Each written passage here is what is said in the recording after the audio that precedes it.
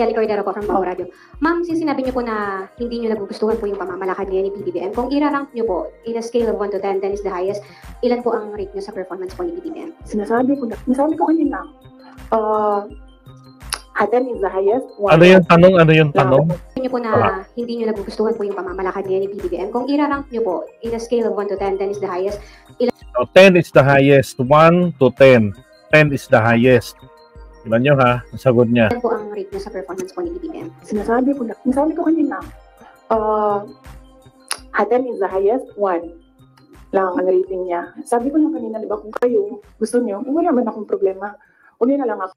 Grabe yung ano, no, binigay na grado kay PBBM.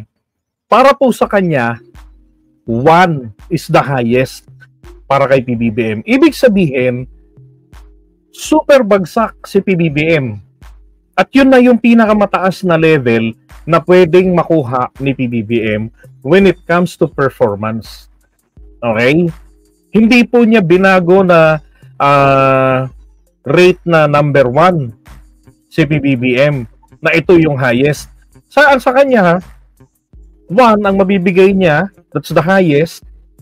Magago talaga, no? Nagsalita yung maraming trabaho, grabe. Ako, isali. Ako, hanggang number 2 lang ako. Walang number 1 ng Pilipinas ngayon. Kung meron man, ang daming number 1, iba-ibang direksyon sila. Parang tanga. Smart follow-up? Bang follow-up lang po, since yung gusto niyo, wala naman akong problema. Uli na lang ako, isali. Ako, hanggang number 2 lang ako. Walang number 1 ng Pilipinas ngayon. Kung meron man, ang daming number 1, iba-ibang direksyon. Well, ako hindi ko talaga nag-gets yung kanya sinasabi dyan, to be honest with you. Maybe dahil nga engot ako. At sana ho ay ganun lang talaga. Di ba? Ang gulo eh. Ang gulo ng sinasabi niya eh. Parang ano lang eh. Parang lasing lang eh. Sila. Smart follow-up? Bang follow-up lang po, since you mentioned na President Ferdinand Marcos, you don't remember at all him discussing with you kung ano yung platform niya when he ran for the presidency. Pero kayo po ba, did you insist na parang sa party nyo, this is what you want for the country? Yes. Oo. Sa kanya or sa tao? Sa kanya po. Nung nagdi-discuss kayo na dapat po may plataforma tayo. Kasi naman, di ba, ang expectation mo, pag tumakbo yung tao, meron siyang sinasabi na gawin niya. Ba't hindi mo noon pinuna kung talagang walang plataforma, ba't di mo pinuna noon? And, pasensya na. Pero nung nakaupo ako doon at the time, hindi ako nakikinig sa kanya. Ang naririnig ko lang, sama-sama tayong babangon muli. Apparently, yun lang yung naririnig ko. And when you say, sama-sama tayong babangon muli, you will do something to make this country the best that it can be. Kasi sama-sama tayong babangon muli, di ba? So, ibig sabihin, walang maiiwan. But apparently, madami ang naiiwan ngayon. Yun lang naririnig ko noon. Yan ang ano eh. Yan nga maging co-president, di ba? Yan man talaga yung gusto nilang mangyari. Yan ang gusto nilang mangyari. Saan kaya konsepto na-pick up niya yan? Ang mali ko ata is nag-assume ako na when you say sama-sama tayong babangon muli, nagawa ka ng mga bagay para sa bayan at para sa taong bayan. Nag-assume ako na ang gagawin niya ay mas maganda pa, mas maayos pa, mas magaling pa sa lahat ng dumaan na presidente. Sir, ako din kaganyan sa'yo. Tapusin na natin ito. Otherwise, hindi ka tayo matapos ngayon. Babalik tayo bukas sa Sabado. Okay, tapusin na natin. Ay, grabe. Balahura lang rin talaga si Sara eh, no? Grabe ka bastos. Mas akala ko nga, ito na yung pinakamatindi.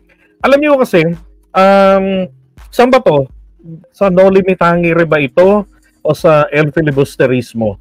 Diba? Meron dong isang tatay, Kapitan Tiago yata yun, na namatay, diba? Isang taong kinikilala po ng mga nasasakupan niya.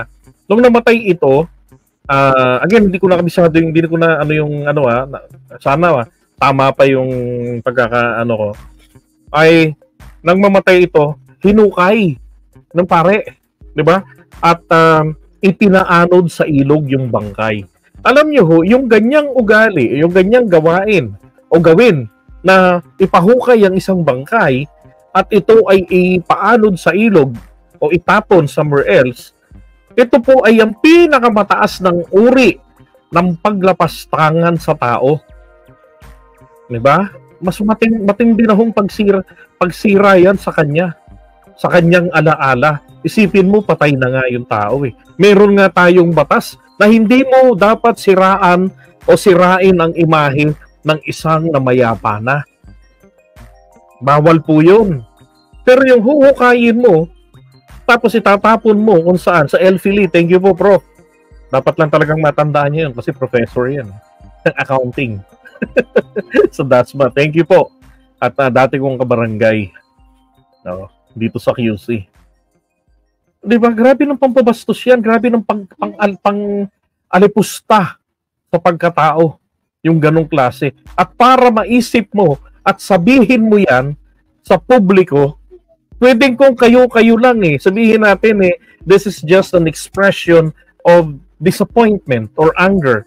Diba? Pero kung yung ganito, cool na cool ka, diba? Na pati nga yung init at lamig ng kwarto, you mind it.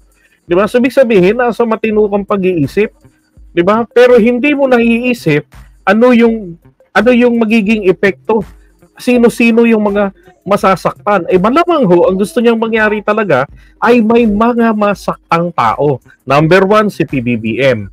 Diba? Para makuha niyang atensyon at makakala niya siguro hindi ka tinatabla ng fake news. Diba? Hindi ka tinatabla ng fake news. Baka dito tablang ka. At pag tinablang ka, hindi ka na nakuha ka na naming makontrol dito, mahina pala, kahinaan mo pala ang tatay mo. Then pag kontrolado ka na, papit ka na nila, parang ganon.